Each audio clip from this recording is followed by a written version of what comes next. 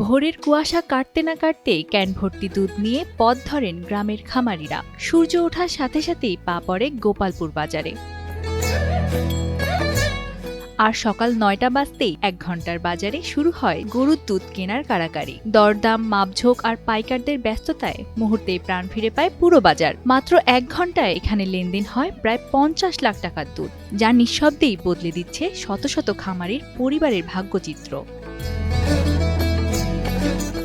মানিকগঞ্জের সাটুরিয়া উপজেলার বড়াইত ইউনিয়নের গোপালপুর বাজার এখন জেলার সবচেয়ে বড় দুধ বেচাকেনার কেন্দ্র হিসেবে নতুন পরিচিতি পেয়েছে।